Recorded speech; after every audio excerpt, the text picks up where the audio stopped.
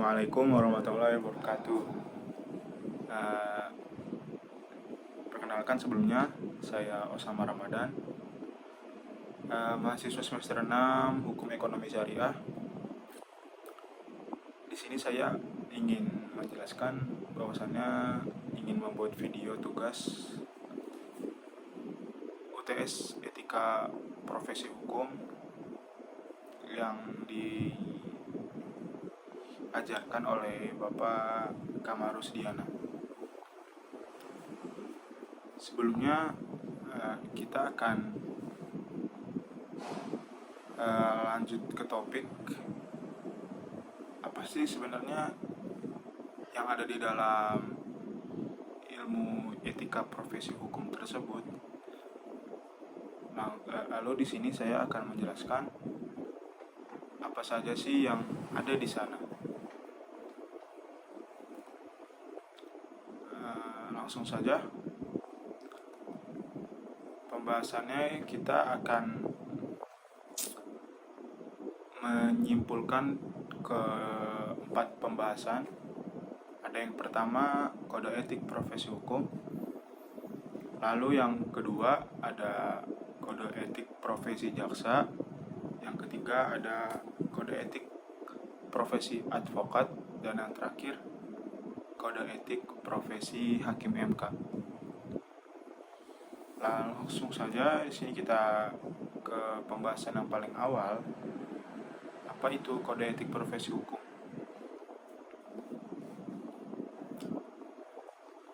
Kode etik profesi hukum di sini saya akan menjelaskan yang pertama ialah apa pengertian, penjelasan secara harfiah maupun alamiah. Apa sih kode etik profesi hukum itu? Kode etik profesi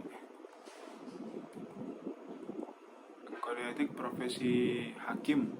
Kode etik profesi hakim adalah pedoman yang mengatur perilaku dan tindakan hakim dalam menjalankan tugas dan fungsinya. Kode etik ini bertujuan untuk memastikan bahwasannya hakim menjalankan tugasnya dengan integritas, profesionalisme, dan keadilan. Maksudnya integritas apa sih? Maksudnya integritas itu bahwasannya hakim itu dinilai harus memiliki nilai lebih, berbeda dengan masyarakat di bawahnya. Kalau hakim itu di atasnya masyarakat karena dia yang memimpin sidang, yang memimpin putusan, yang memimpin hasil-hasil saat nanti dibacakan. Lalu prinsip kode etik hakim. Ada yang pertama, independensi. Bahwasannya hakim harus mempertahankan kemandirian dalam setiap keputusan yang dibuatnya, bebas dari pengaruh, tekanan, atau campur tangan pihak luar, termasuk pemerintah, kelompok kepentingan, atau individu lainnya. Independensi ini harus dijaga baik dalam hal institusional maupun personal. Itu independensi. Yang kedua itu ada imparsialitas. Maksudnya imparsialitas itu apa sih? Hakim di sini harus bersikap dan tidak memihak dalam menangani setiap permasalahan. Setiap keputusan harus didasarkan pada fakta dan hukum yang berlaku tanpa bias atau prasangka terhadap salah satu pihak yang terlibat. Maksudnya hakim ini nggak boleh asal aja sebelum tahu apa permasalahannya, nggak boleh menunjuk nggak boleh didasarkan pada fakta atau hukum. Jadi nggak boleh hakim itu langsung menunjuk bahwasannya beliau ini yang salah, beliau ini yang benar. Hakim itu tidak memiliki sifat seperti itu. Lalu yang ketiga ada integritas. Hakim harus menjunjung tinggi kejujuran dan moralitas dalam setiap tindakannya. Integritas pribadi dan profesional harus terjaga sehingga dapat dipercaya oleh masyarakat para pihak yang berperkara. Kalau masyarakat saja tidak percaya kepada hakim tersebut, maka apa gunanya kan kalau hakim itu ada, kalau masyarakat saja tidak percaya gitu. Yang keempat ada kecakapan dan kesetiaan kepada hukum. Hakim mesti memiliki pengetahuan yang dalam dan terus-menerus meningkatkan kompetensinya melalui pendidikan dan pelatihan. Kesetiaan kepada hukum berarti setiap keputusan harus sesuai dengan hukum yang berlaku, baik secara tekstual maupun berdasarkan prinsip-prinsip keadilan. Yang terakhir yaitu kerahasiaan. Hakim harus menjaga kerahasiaan informasi yang diperoleh selama menjalankan tugas, kecuali jika diwajibkan oleh hakim hukum untuk mengungkapkannya. Pelanggaran terhadap kerahasiaan dapat merusak kepercayaan publik, mengancam integritas sistem peradilan. Apa sih dasar hukum dari kode etik profesi hakim itu? Pertama ada jelas Undang-Undang Dasar 1945 dari pasal 24 ayat 1 menyatakan bahwa kekuasaan kehakiman adalah kekuasaan yang merdeka untuk menyelenggarakan peradilan guna menegakkan hukum dan keadilan.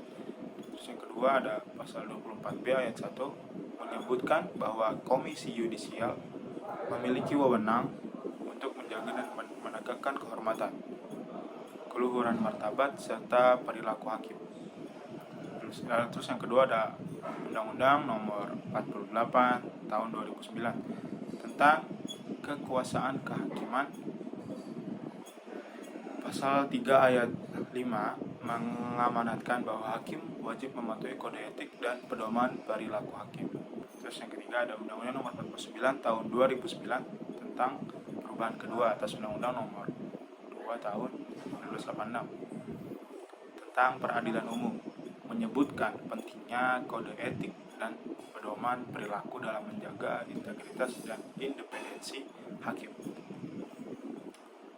Terus yang keempat ada Undang-Undang Nomor 50 Tahun 2009 tentang perubahan kedua atas Undang-Undang Nomor 7 Tahun 1989 tentang peradilan agama, memperkuat ketentuan mengenai kewajiban hakim untuk mematuhi kode etik dan pedoman perilaku dalam menjalankan tugasnya.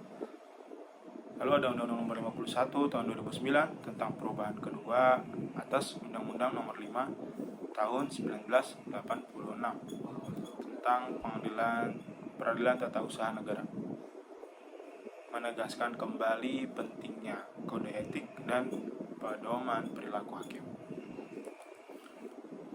Terus yang ada peraturan Mahkamah Agung atau biasa disebut Perma nomor 7 tahun 2016 tentang penegakan disiplin kerja hakim pada Mahkamah Agung dan badan peradilan di bawahnya, mengatur mengenai disiplin kerja hakim termasuk penerapan kode etik dan pedoman perilaku. Ada juga Perma nomor 8 tahun 2016 tentang pengawasan dan pembinaan atasan langsung di lingkungan Mahkamah Agung dan badan peradilan di bawahnya, memperkuat pengawasan dan pembinaan terhadap perilaku hakim sesuai dengan kode etik. Lalu ke-9 ada keputusan yang lain. Ada berbagai macam keputusan dan surat edaran yang dikeluarkan oleh Mahkamah Agung dan Komisi Yudisial yang kaitan dan penegakan kode etik dan pedoman perilaku hakim. Lalu di sini saya akan lanjut ke pembahasan kedua, yaitu kode etik profesi jaksa. Pengertiannya itu kode etik profesi jaksa merupakan pedoman yang mengatur perilaku dan tanggung jawab jaksa dalam menjalankan tugasnya untuk memastikan penegakan hukum yang adil, transparan, dan berintegritas. Kode etik ini bertujuan untuk menjaga kepercayaan publik terhadap institusi kejaksaan dan memastikan bahwa tiap jaksa menjalankan tugasnya dengan profesionalisme dan moralitas yang tinggi. Terus ada prinsip. Prinsip-prinsip utama yang terkandung dalam kode etik profesi jaksa. Yang pertama ada integritas. Jaksa harus menunjukkan kejujuran dan moralitas yang tinggi dalam setiap tindakannya. Integritas pribadi dan profesional harus selalu dijaga untuk menjaga kepercayaan publik. Tentunya, seorang jaksa itu ya harus ada integritas. Yang kedua ada independensi. Jaksa harus bersikap mandiri dalam menjalankan tugasnya, bebas dari pengaruh juga atau tekanan dari pihak manapun. Keputusan yang diambil harus berdasarkan fakta dan hukum yang berlaku tanpa adanya intervensi. Ketiga ada imparsialitas, sama seperti hakim yang tadi. Jaksa harus bersikap adil dan tidak memihak dalam penanganan setiap kasus. Setiap keputusan harus dibuat berdasarkan bukti dan hukum, tanpa prasangka atau bias terhadap salah satu pihak. Yang keempat ada profesionalisme. Jaksa harus menjalankan tugas dengan kompetensi dan keahlian yang tinggi, terus-menerus meningkatkan pengetahuan dan keterampilan melalui pendidikan dan pelatihan. Tindakan dan keputusan harus selalu sesuai dengan standar profesional yang tinggi. Terus ada yang kelima, kerahasiaan. Jaksa harus menjaga kerahasiaan informasi yang diperoleh selama menjalankan tugas, kecuali jika diwajibkan oleh hukum untuk mengungkapkannya. Pelanggaran terhadap kerahasiaan dapat merusak kepercayaan dan integritas sistem peradilan. Yang keenam, ada keputusan terhadap hukum dan peraturan. Jaksa harus mematuhi semua peraturan, perundang-undangan, dan kode etik profesi yang berlaku. Setiap pelanggaran harus ditindaklanjuti sesuai dengan mekanisme yang telah ditetapkan oleh badan pengawas atau komite etik. Dan yang ketujuh ada sikap dan perilaku yang layak. Jaksa harus bersikap sopan tentunya. Terus juga ada bermartabat, lalu ada menjaga perilaku yang sesuai dengan kehormatan profesi baik dalam maupun di luar lingkungan kerja. Sikap dan perilaku yang layak ini termasuk bagaimana jaksa berinteraksi dengan hakim, pengacara, saksi, terdakwa, dan publik. Sikap itu yang sangat penting ya, gak hanya di dalam lingkungan kerja saja, di luar juga harus ada sikap. Dasar hukumnya itu kode etik profesi jaksa. Yang pertama ada Undang-Undang Nomor 16 Tahun 2004 tentang Kejaksaan Republik Indonesia. Pasal 6 huruf C menyatakan bahwa kejaksaan berwenang untuk menyusun dan menetapkan kode etik jaksa serta melakukan pengawasan atas pelaksanaannya. Pasal 7 menyebutkan tentang kewajiban jaksa untuk mematuhi kode etik profesi jaksa dan menjaga kehormatan serta martabat profesi.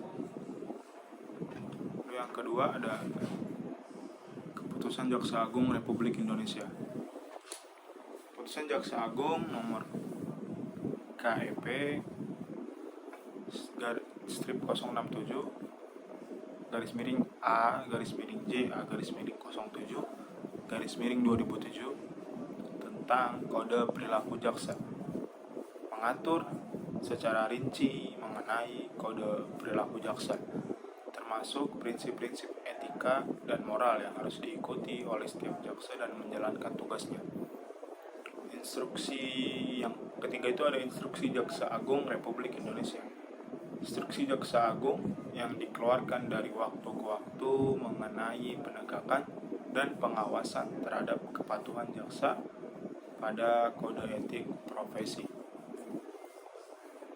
Ada penegakan kode etik jaksa. Penegakan kode etik jaksa itu diawasi oleh pengawas internal di lingkungan Kejaksaan Republik Indonesia, antara lain Komisi Kejaksaan Republik Indonesia, lembaga yang berwenang untuk untuk melakukan pengawasan eksternal terhadap kinerja dan perilaku jaksa. Lalu ada pengawas internal kejaksaan, unit di dalam kejaksaan yang bertugas untuk mengawasi dan menegakkan kode etik jaksa serta menindak pelanggaran yang terjadi. Penegakan yang efektif terhadap kode etik ini sangat penting untuk menjaga integritas, kepercayaan publik, dan keadilan dalam proses penegakan hukum. Dengan demikian, jaksa diharapkan dapat menjalankan tugasnya dengan penuh tanggung jawab, profesionalisme, dan kesetiaan terhadap prinsip-prinsip keadilan. Di sini kita akan lanjut ke pembahasan ketiga, yaitu kode etik profesi advokat. Tentunya di awal-awal ini kita akan menjelaskan apa sih pengertian dari kode etik profesi advokat. Advokat itu tentu dia menawarkan jasa kepada kliennya untuk menawarkan jasa-jasa hukum di dalam permasalahan-permasalahan. Kode etik profesi advokat adalah seperangkat aturan yang mengatur perilaku dan tanggung jawab advokat dalam menjalankan tugas dan fungsinya. Kode etik ini bertujuan untuk memastikan bahwa advokat menjalankan tugasnya dan integritas, profesionalisme, menghormati prinsip keadilan. Apa saja sih prinsip-prinsip yang harus ada di dalam kode etik profesi advokat? Pertama tentu integritas. Semua profesi itu ya wajib ada integritasnya. Kalau profesi itu nggak ada integritasnya ya bakal kalah saing dengan yang lain. Advokat itu tentu harus bertindak jujur, berintegritas, dan beretika dalam semua tindakan. Mereka harus menghindari perilaku yang dapat merugikan klien, pihak lain, atau integritas profesi. Yang kedua ada kerahasiaan. Advokat wajib menjaga kerahasiaan semua informasi yang diperoleh selama hubungan profesional dengan klien, kecuali jika diwajibkan oleh hukum untuk mengungkapkannya atau dengan izin dari klien.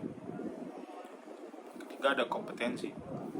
Advokat ini harus memiliki pengetahuan dan keterampilan yang memadai untuk memberikan layanan hukum yang berkualitas. Mereka harus terus-menerus meningkatkan kompetensi profesional melalui pendidikan dan pelatihan keberlanjutan. Keempat, lagi-lagi ada imparsialitas dan ketidakberpihakan. Advokat harus memberikan nasihat hukum dan bertindak untuk klien dengan objektif, tanpa memihak, tahu terpengaruh oleh kepentingan pribadi atau tekanan eksternal. Kelima ada loyalitas kepada klien, harus loyal. Tentu advokat itu harus loyal. Advokat harus mengutamakan kepentingan kliennya, memberikan nasihat dan bantuan hukum yang sesuai dengan kemampuan profesionalnya. Lalu yang keenam ada perilaku yang layak dan sopan. Advokat itu tentu harus bersikap sopan, bermartabat, dan menghormati semua pihak yang terlibat dalam proses hukum, termasuk hakim, pihak lawan, saksi, dan rekan sejawat. Ketujuh ada kepatuhan terhadap hukum dan peraturan. Advokat harus mematuhi semua hukum, peraturan perundang-undangan, dan kode etik yang berlaku. Mereka harus menghindari segala bentuk perilaku yang melanggar hukum dan tidak etis. Kedelapan ada penghindaran konflik kepentingan. Advokat harus menghindari situasi yang dapat menimbulkan konflik kepentingan atau persepsi adanya konflik kepentingan.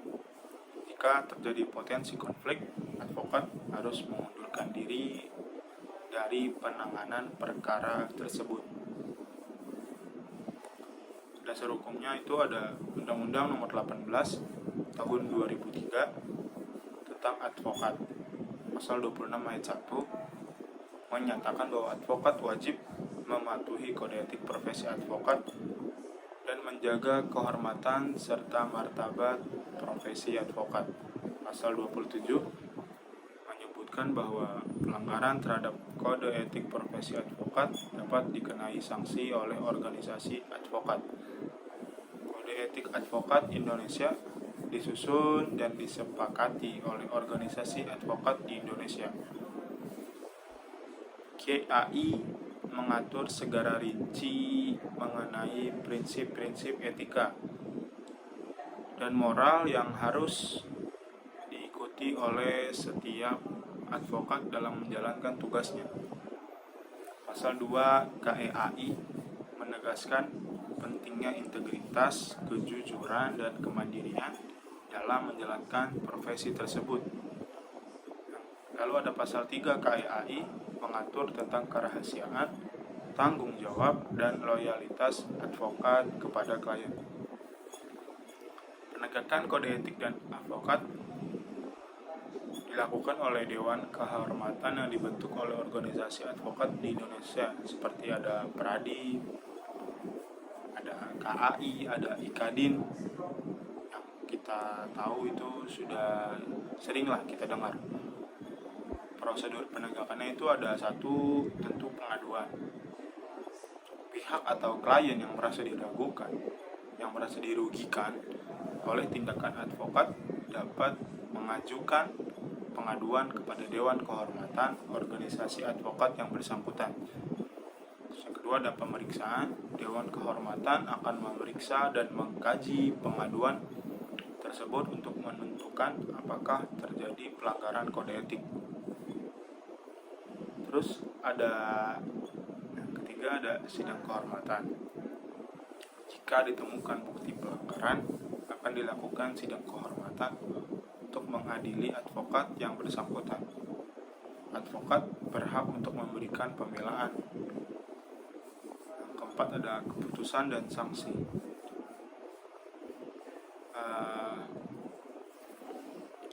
Pihak advokat jika tidak ada kehormatan akan mengeluarkan keputusan berdasarkan hasil sidang, dapat berupa iuran atau peringatan, lalu juga ada diskorsing atau pencabutan izin praktik, itu yang udah parah. Lalu kita lanjut saja ke pembahasan yang terakhir, yaitu ada kode etik profesi MK. Apa sih kode etik profesi hakim MK itu? Di sini kita akan langsung saja ke pengertiannya ya. Kode etik profesi hakim Mahkamah Konstitusi di Indonesia adalah pedoman yang mengatur perilaku, tanggung jawab, dan standar etika hakim Mahkamah Konstitusi dalam menjalankan tugasnya. Lalu kita pembahasan keduanya itu adalah prinsip. Prinsip itu ada yang pertama ada independensi dan imparsialitas. Hakim MK harus mempertahankan independensi dan imparsialitas dalam menjalankan tugas yudisialnya. Mereka harus bebas dari pengaruh, tekanan, atau campur tangan pihak lain, termasuk kekuasaan eksekutif, legislatif, dan kelompok kepentingan lainnya. Yang kedua ada integritas dan kehormatan. Hakim MK harus memiliki integritas yang tinggi dan menjaga kehormatan pribadi serta institusi. Mereka harus menghindari segala bentuk perilaku yang dapat merusak reputasi pribadi dan institusi MK. Lalu yang ketiga ada profesionalisme dan kompetensi. Hakim MK harus memiliki pengetahuan hukum yang luas dan kompetensi yang memadai untuk menjalankan tugasnya. Mereka harus terus-menerus meningkatkan kemampuan melalui pendidikan dan pelatihan keberlanjutan. Yang keempat, ada kerahasiaan, bahwasannya hakim MK harus menjaga kerahasiaan semua informasi yang diperoleh dalam pelaksanaan tugas, kecuali diwajibkan oleh hukum untuk mengungkapkannya tentu. Pelanggaran terhadap kerahasiaan dapat merusak kepercayaan publik terhadap MK. Kelima, kepatuhan terhadap hukum dan peraturan hakim MK. MK itu harus mematuhi semua hukum, peraturan perundang-undangan, dan kode etik yang berlaku. Mereka harus bertindak sesuai dengan prinsip-prinsip hukum yang adil dan juga transparan. Keenam, ada kehati-hatian. Hakim MK harus bertindak dengan kehati-hatian yang tinggi, memastikan bahwa semua keputusan dan tindakan didasarkan pada bukti yang jelas, analisis hukum yang mendalam, dan penilaian yang objektif. Lalu yang ketujuh, ada transparansi dan akuntabilitas. Hakim MK harus bertanggung jawab atas setiap keputusan yang dibuat dan siap memberikan alasan yang jelas dan logis untuk setiap keputusan. Tentunya transparansi dalam proses peradilan membantu membangun kepercayaan publik terhadap MK itu sendiri. Di sini saya akan menjelaskan dasar hukum dari kode etik hakim MK.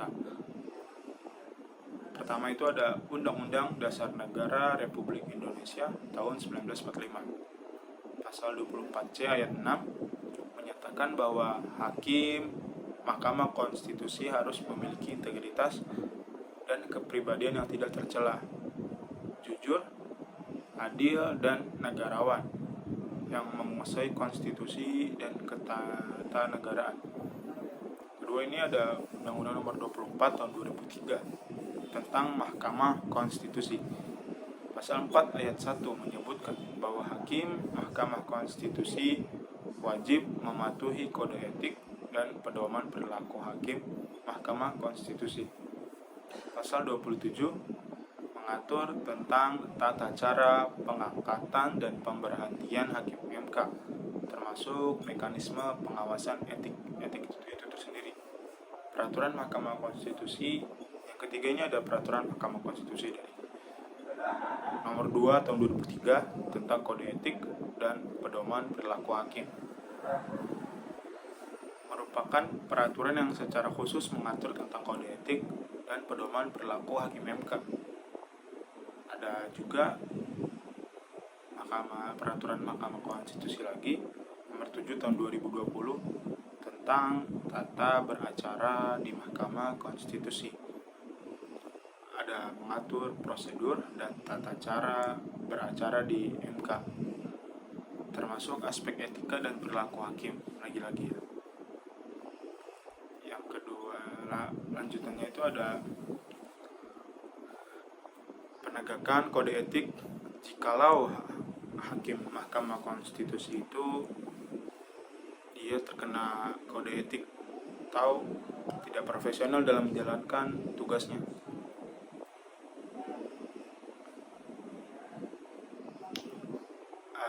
Di sini Dewan Etik Mahkamah Konstitusi yang memiliki wewenang untuk satu, menerima pengaduan dari masyarakat, pihak yang berperkara, atau pihak lain yang berkepentingan mengenai dugaan pelanggaran kode etik oleh hakim MK. Kedua, ada melakukan pemeriksaan. Habis diterima pengaduannya, lalu Dewan Etik itu memeriksa pengawasan pengaduan yang masuk dan mengumpulkan bukti-bukti yang relevan. Yang ketiga, ada mengadakan sidang etik, melaksanakan sidang etik untuk mengadili dan menilai apakah telah terjadi pelanggaran kode etik oleh hakim MK.